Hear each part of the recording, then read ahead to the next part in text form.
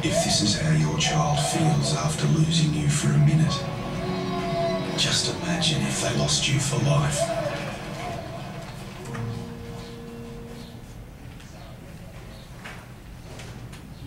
Alright, in case you didn't catch that, it was a smoking commercial about to quit smoking.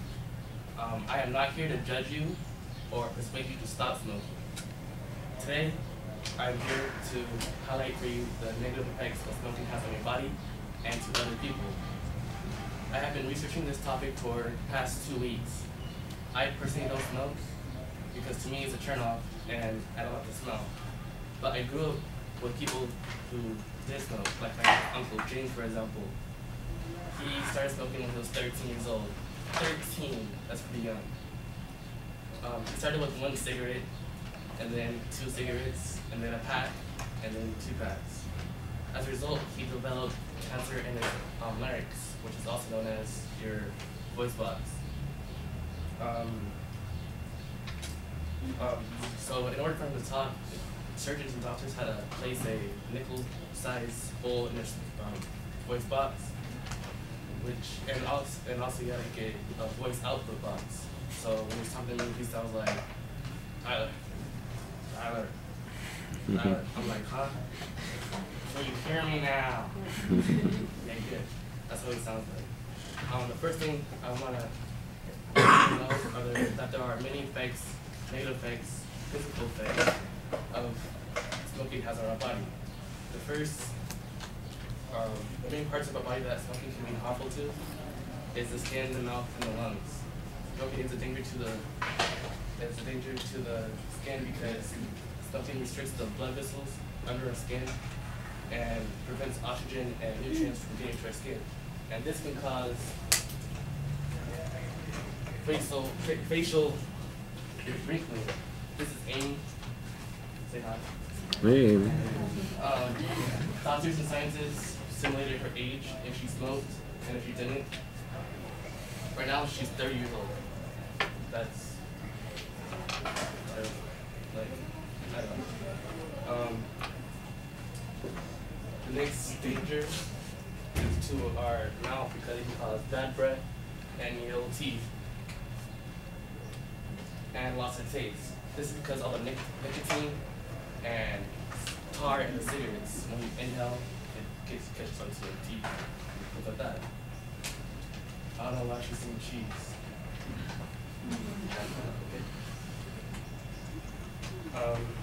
Smoking is also dangerous to the lungs because of the vast number of chemicals in cigarettes, over 4,000.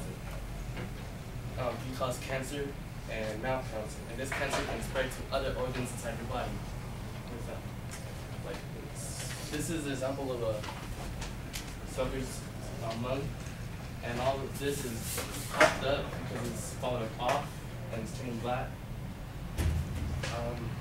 Here are some statistics that show cigarettes are dangerous to our lungs. Cigarettes are responsible for 30% of overall cancer deaths and 87% of lung cancer deaths. Now that I have shown you what some negative effects, physical effects smoking has on our bodies, let's take a look at what people who don't smoke. People who don't smoke are known as secondhand smokers, because if you're around people who smoke, you're a secondhand smoker. And how do you become a secondhand smoker? Is by being next to somebody and who smokes. And when you know how you breathe in good air and exhale bad air, so non-smokers are taking that as well as the poison from the cigarettes. Cigarettes is a danger to non-smokers because it can cause death. And here's some statistics to help prove that smoking negatively affects non-smokers. 53,000 non-smokers in the U.S. die each year. For every 8 smokers, the tobacco industry kills 1 non-smoker with them. So that's 1, 2, 3, 4, 5, 6, 7, 8. That's you. Sorry. 1, 2, 3, 4, 5, 6, 7, 8. That's you. 1, 2, 3, 4, 5, 6, 7, 8. That's you. 1, 2, 3, 4, 5, 6, 7. That's me. Alright. Smoking is also a danger to non-smokers because it can aggravate asthma. Okay. When I was 7 years old, I love my grandma, infinity, so much, and I love her visits. and she rarely visits them. So when she visited this one time, I had an asthma attack because of the smoke. She smoked it. And she thought my gas for air were drawing up the side of her. So she hangs on to me like, oh, my back, my weight,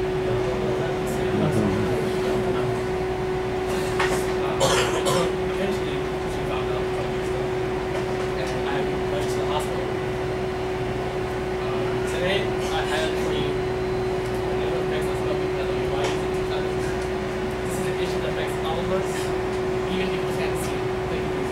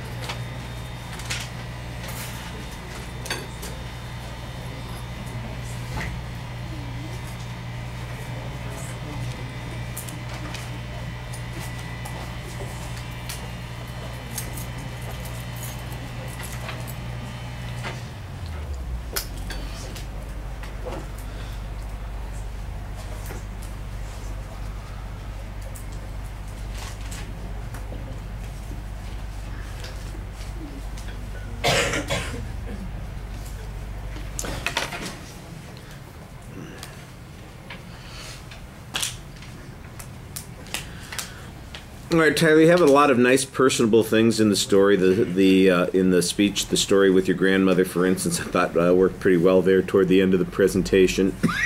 And the discussion about your uncle starting smoking when he was 13, I thought that that adds a little bit more personality, what you're talking about.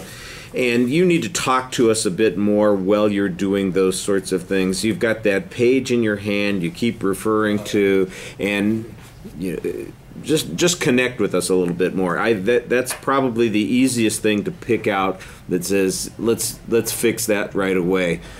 Know your basics. You've got the visuals to help prompt you on what the organization structure is and what the information is going to be.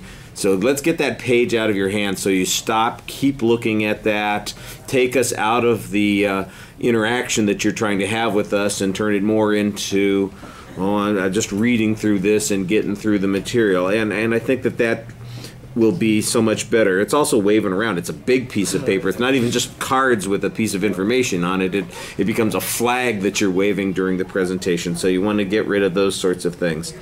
I thought the video clip at the beginning, it's very effective emotionally, but it does go on for a while, and it's when we finally get to the topic, you kind of repeat the whole concept again, and I think you need to be a little bit sharper in getting into the speech.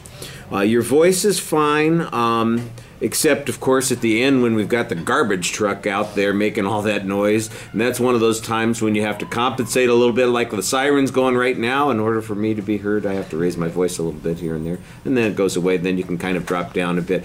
Got to pay attention to the environment and what's going on there. That's just an awkward moment that you had to deal with. Then I think you could do a little bit more effectively. Your body's shifting around a little bit too often. There's anxiety coming out there. So the stories are good.